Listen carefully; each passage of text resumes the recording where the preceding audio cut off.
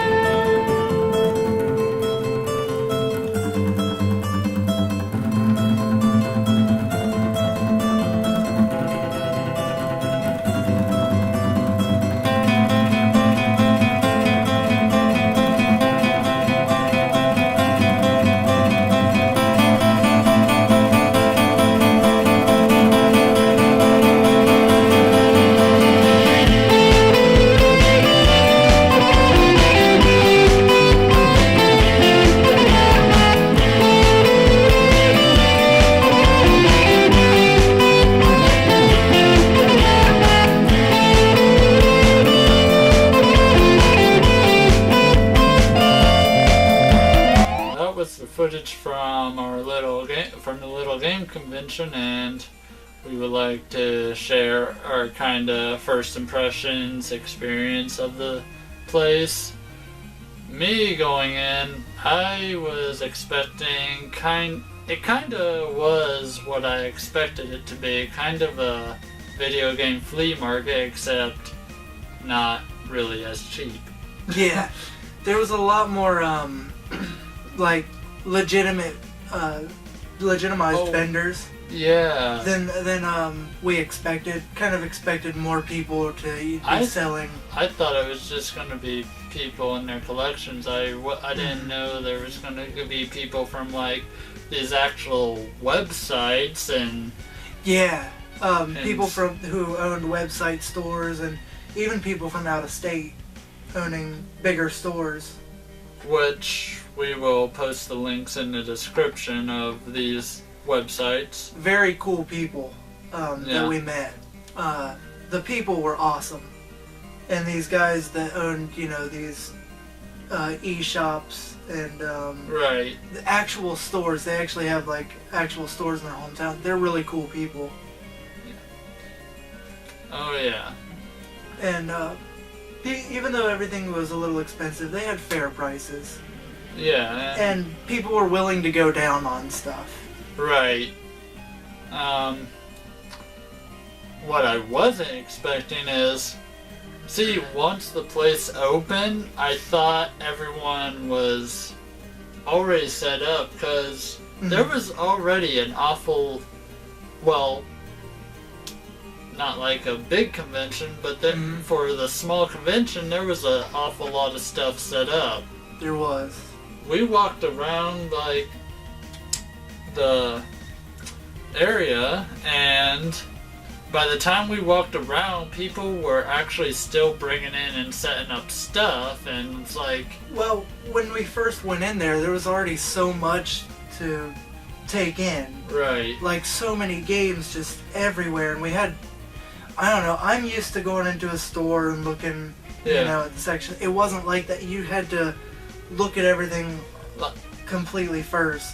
I didn't even buy anything our first time around because I didn't know what to go for, really. There was just...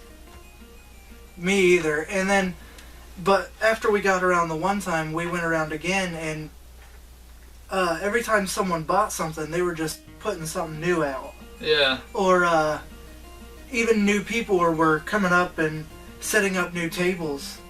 Right. Putting stuff on. So, in total, I mean, we walked around that place like 10 or 12 times. Oh gosh, that was all? It felt like more. Might have been more. But yeah, it was kind of what I expected to. There were more people there than I thought. There was so much cool stuff that I've seen. Oh yeah. Like...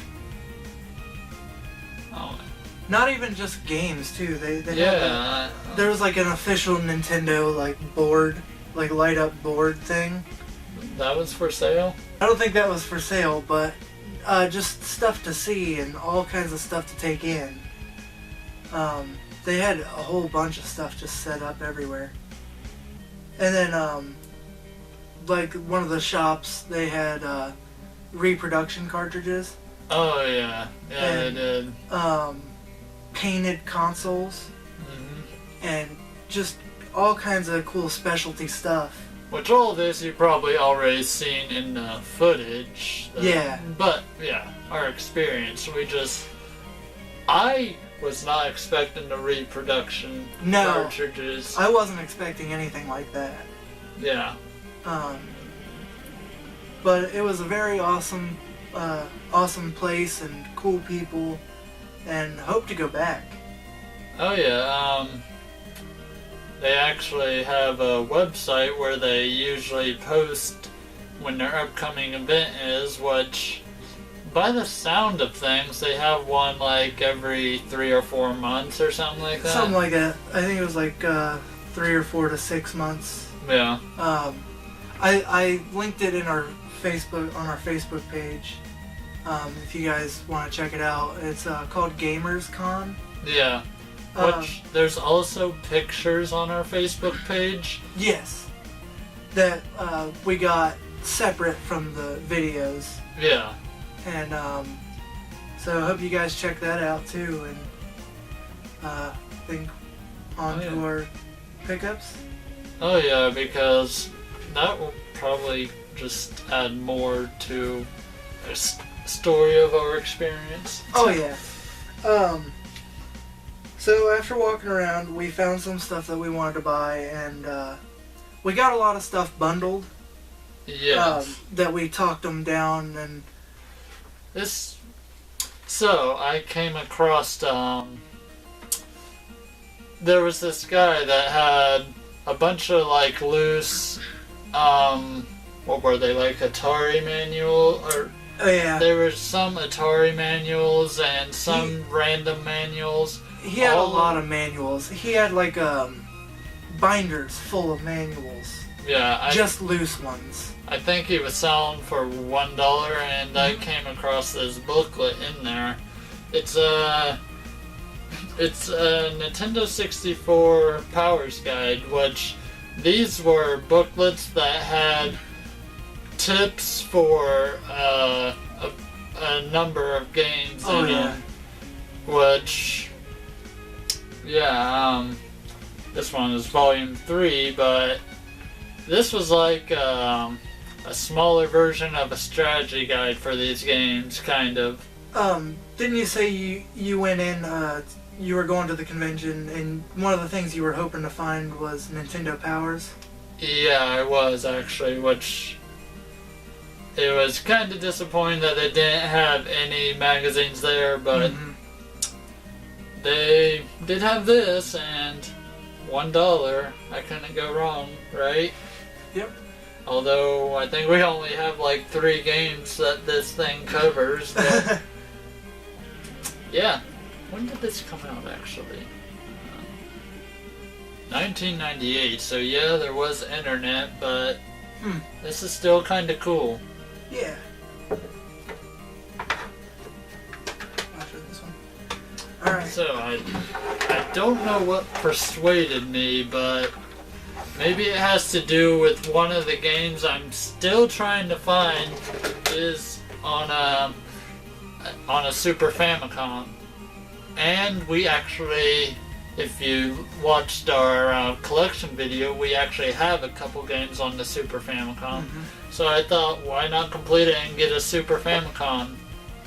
Now, they did have a better looking one there, but for the same price, I actually got a free game.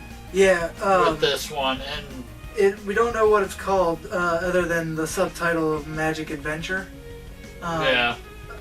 Did he say it was like a puzzle game? I don't think they knew. Yeah, but it was bundled in, and just extra benefit for getting it. Now, as far as the color goes, the better one did look more grayer, but this is kind of an easy fix. Yeah, Super Famicoms and Super Nintendos, the plastic that they used was known for doing this oxidizing, where it changed color. Like, as you can tell, the bottom looks great, and it's just like this top piece. And this one looks good, just needs cleaned. The plastic that they used around the tops, and even on the Super Nintendos, would yellow over time, and you can take them apart and do kind of like a chemical bath with them. Yeah. That'll reverse the oxidization. So we plan to do that at some point, because there's no words on it that it'll hurt. Right. But yeah, just we picked it up for... I assume the same thing works for the controller. Yeah, I'm sure it does. Yeah. Funny thing about this though, originally, I believe they sold this to me for $50, but they thought... Yeah, they thought... Was there another piece? No, well, it had the... No. It had the coaxial cable. Okay, yeah. Originally, they thought they was missing a controller, but they thought they had the cords, so they were selling it. So they ended up throwing in a free game because of it for $50. Mm-hmm. And then it turns out they found the controller, but it turns out they was missing a power cord, which, from what I was told, you can use a Genesis power cord for the Super Famicom. Then they gave me back, this is after I paid them when they noticed, so they actually then gave me back like $5 because of that. Which was those guys were really cool. They were fun to talk to. And, I mean, we were laughing and they were making jokes and really cool guys, and they have a website. They do. I think you had the card though. Yeah, they ran out of plastic cards, so I just got like this little paper card. If we can find the card, we'll definitely link their website. They mainly sell a lot of regular games, but they deal a lot in imports. And they had a lot of imports, just nothing we were really interested in. Yeah. Which... Alright, I kind of did find my game, but at the same time I didn't, so... Yeah. I'll just leave it at that for now. I picked up Crash Bandicoot 2, a game I played more of than Crash Bandicoot 1.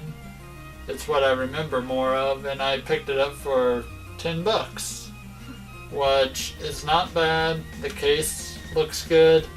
The only reason I didn't buy the first one is because the case was actually cracked, and if I was gonna pay like $20 for the first one, or it might have been 17, I wanted the case to be good already, rather than trying to switch out a case. Yeah. And from a different vendor, I picked up Dragon Warrior 7 for $28. Now, if I was in any other store, I would have done this, but I thought being first time at a convention or something, I thought since collectors were selling stuff, they would sell complete stuff. Well, at least mark it on. Yeah, like I was expecting there might have been a post-it note, but I don't know if $28 is low price and is lower price than what it would be worth. Because I think my local game shop sells it for around $40 or something. So I guess I wasn't thinking, but turns out there's only one disc. Yeah, it's a disc behind the tray. Yeah. Oh, and there's an advertisement for Dragon Warrior 4 that never came out. But, yeah, so I was kind of bummed out about that, but you know what? It's alright, I guess. It's kind of minuscule in the whole scheme of things for what we bought. Another one I picked up, since this is how things seem to be falling in the box. I kind of wanted to show you, because these are the PlayStation ones we got, and then after that we got a lot more Super Nintendo than anything, so I kind of wanted to go to that last. I kind of have another story for this about, let's just say, to keep this short, I picked this up before and it was broken. Wait, I think I actually explained this in a video on our channel here, so, which was back on our, it was like right after we did episode 1, I think. I posted a video of myself explaining about me picking up a PS2, and it had to do with this game, so I re-picked this up for $5, and I think it's complete. Yeah. It's complete, so yeah, $5. Still have to test it, but you know what? For $5, it's not too bad. Yeah, the guy was just anxious to kind of get rid of it all. Talked to that guy a little bit, and I guess he sells all of his stuff at the convention. I don't know if I told you this. Talking to him, he sells most of his stuff during the convention. Yeah. And then when he's friends with the guy who does the convention. Yeah. And when he goes back, he like starts his collection over again. Right. So I guess he sells it all. He tries to get rid of it all, and then he buys stuff back. Yeah. To make a collection again, and then he resells it all. So he was selling all this stuff really cheap. I didn't find anything that I personally wanted out of the collection. Yeah. But we found, you found that. I showed that to you. Yeah. And I mean, we have the sequel, so why not the first one? exactly. There was a vendor there that had a full table where you could buy a game for $4 or buy 3 for 10. So there was really only one game I wanted, but I just quickly picked out 2 other games. This is one of the ones I was looking for. It's called Cosmic Spacehead. It goes along with kinda the game Pugsy in our collection because both of them were my childhood games, and the reason why they kinda go together is I got them both at the same time, but from my grandma. Yeah, and being my grandma, they don't really know what to get you, so you just kind of get games and as gifts. And this and Pugsy, Cosmic Spacehead and Pugsy, were both games that I got. They might not be the greatest, but I remember playing this a whole lot. Which, yeah, I didn't figure some of these would be that complete. Yeah. I picked up Alien 3. I don't know how it is. Looks like a side-scroller Contra-like shooter, but I don't even think I watched the movie, but it's just something I picked up real quick, which it does have the manual. Probably should have checked these before. Taz in Escape from Mars. Looney Tunes. Can't go wrong with Looney Tunes, right? And it's just the cartridge, but still the box. So I picked up these. Number 4. Oh. Yep. Okay. I picked up 4 games from the same vendor. He had the prices marked on them. I got the Legend of Zelda, the first one. We have the second one. We just didn't have the first one. Picked that up. I bundled all these in, so that was $25.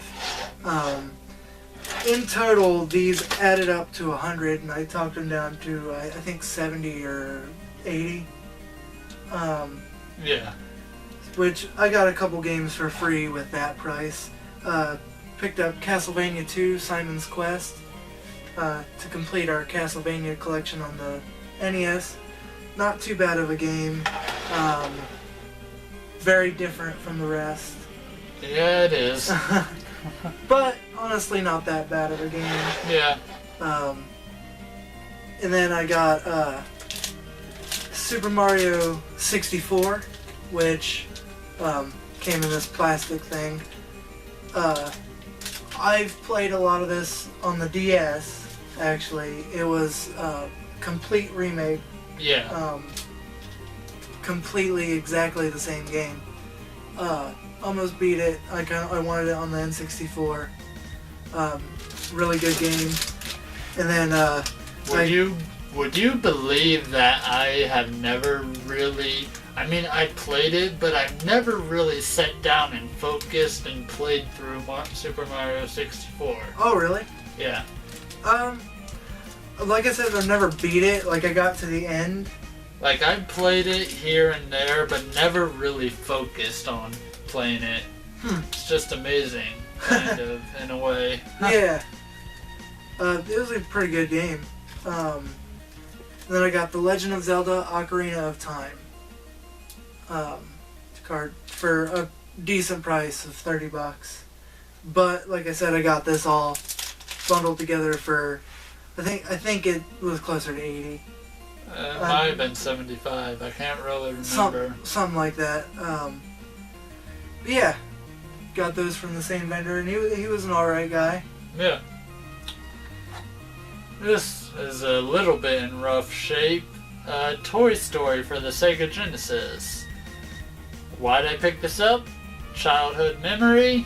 And it was only in like a $2 box.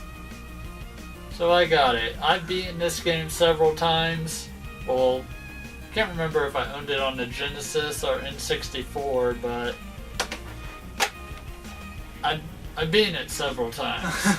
I picked up Pokemon Stadium. $10 from this. I went back to the vendor that sold me this, and they sold me this. So yeah.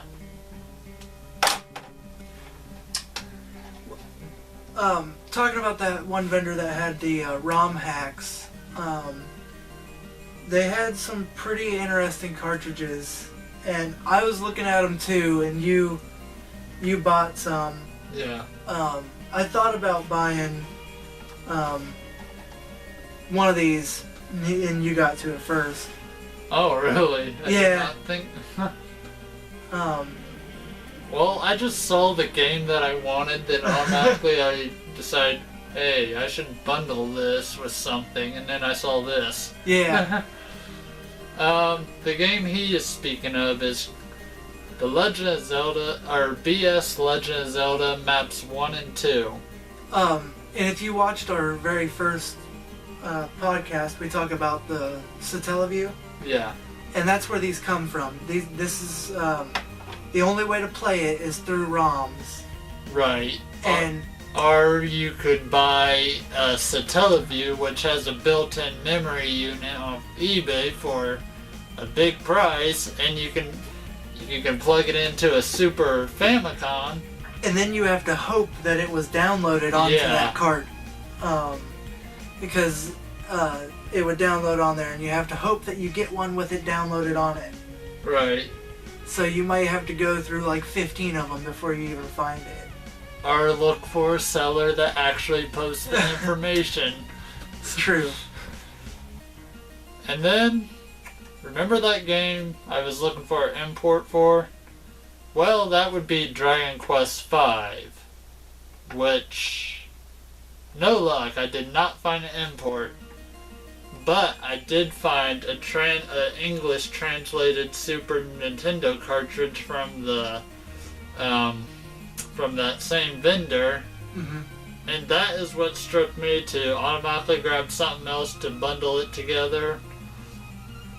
Which I think this was 40 and this was 60, and I was able to talk them down to 85. I originally asked if he would go to 80, and he said he would do 85, so yeah. They were pretty cool people too. Yeah, I hold a special place in my heart for this game. I don't know why. It's probably because it was really the first RPG that grabs my attention. Honestly, now that I own it, I don't know, I kind of want to let's play it, but because I played really far in this game, like I would say about 85% through, maybe, or around there, but I've never beaten it. I didn't know that. But I kind of want to let's play it just to show Will here exactly what I mean, because I do talk about this game to him. I have talked about it several times to him about why I like it, and I would like to show him. But I also still want to look for the original imported cartridge box, because although these are very nice, unique and such, it's just about owning the original thing, I guess. Yeah.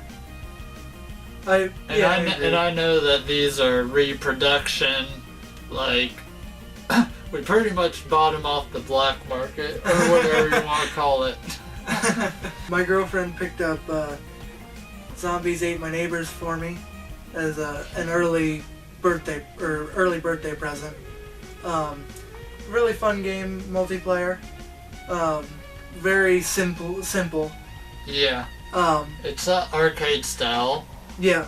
Normally, I do hate arcade style kind of, but when they're done, I like playing co-op games though. So, kind of my love to play co-op games with friends kind of outdoes my hate for arcade style type games.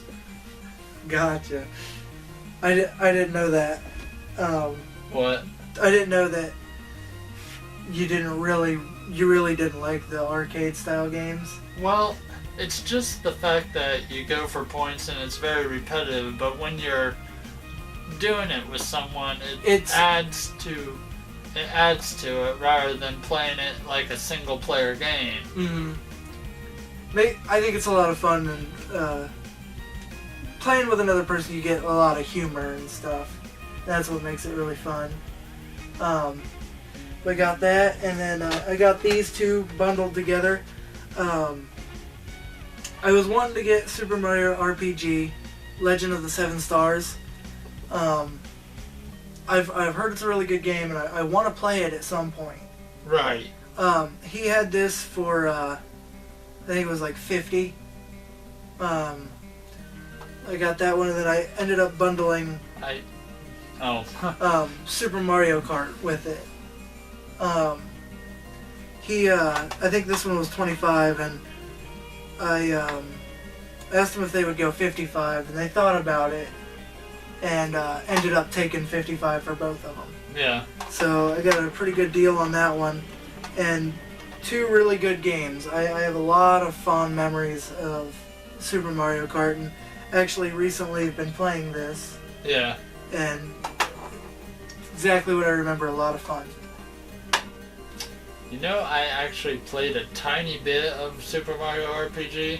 Have you really? I didn't get that far in it because platforming in that game is kind of hard with the 3D type of style it was going for. Kind of the same problem Sonic 3D Blast had. Gotcha. Of course, it also could have been I was playing on a keyboard. But yeah. How many of you remember the game Earthworm Jim? Boxed. Yeah. I got this bundle with Super Smash Brothers boxed. I think he was asking $20 for this Earthworm Jim and $80 for Super Smash Bros. And I think I talked him down to $90, which was he actually thought about it for several minutes. This was I think this was the guy that was running the convention. Mm-hmm. I believe so. But he did eventually take the $90 offer, so I mean, I like Super Smash Brothers, and I've heard only good things about Earthworm Jim, and I mean, they're both boxed, they look nice, they come with everything, and I'm sure I might not got the best deal, but you know what? Sometimes in the end it's just about buying the game. That's true. Or finding something you like. I want to save our biggest buy for last. So the guy running it, he also, it was $5 to get into the convention, and you got 3 raffle tickets to go with it. And he had raffles going on, and there were four different raffles, each one with its own bag. You would walk up and place your ticket in the bag you wanted to raffle for, I guess. Yeah. Each of them had a grand prize, or a certain lot. Like, one had like 4 boxed N64 games. One had a Sega Genesis with the Sega 32X and some games. The N64 one also came with an N64. Oh, right. And I think 2 controllers. But anyway, so which one did you throw your stuff in? So we didn't realize where the raffle was until almost when it was almost done. Yeah. And I just put one of my tickets into the N64 raffle. And right before he grabbed to take it, and I didn't win the. Pretty much. After he threw his in, I threw 3 of mine into the Genesis one, which happened later. Yeah. But I threw the rest of mine in the Genesis one. Yeah. But I didn't win the N64 boxed games, the main lot. It's kind of an interesting story. The number he called was 265. That was the ending number of it. And my number was 256. So just 2 switched around and I would have won it.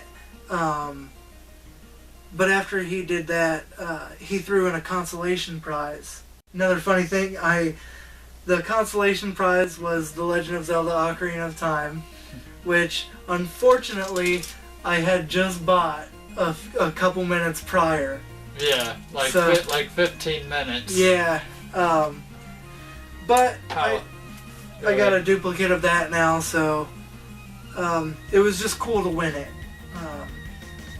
However, the real amazing thing, well, I mean, I was not expecting you to even get drawn because, I mean, but the real amazing thing is, so we're up to the Genesis raffle, and he's at the point where he's starting to do all the raffles at once to get them done. Mm-hmm. Well, the Genesis raffle was drawn, and did he do the other raffles? Yeah. Before the consolation prize? Yeah. It was the very last thing that he did. So, he done all the raffles, then he basically started doing consolation prize, which there might have been only like 1 or 2. Yeah, I think it was stuff that he was selling personally that he couldn't sell. But at any rate, I ended up getting drawn amazingly on the very last thing. Yeah. And now I have a boxed version of Quest 64, which can go nicely with our loose version of Quest 64. And now it was amazing to win the raffles. It was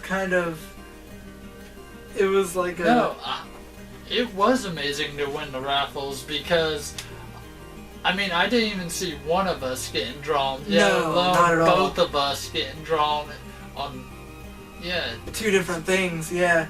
But honestly, since we have this out and I'm kind of sort of talking about it, everything I said before about, I think I was being too nice about the game.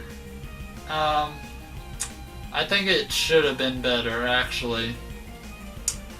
Because what I was saying before, like when we was doing the collection, about how it was the first of its kind.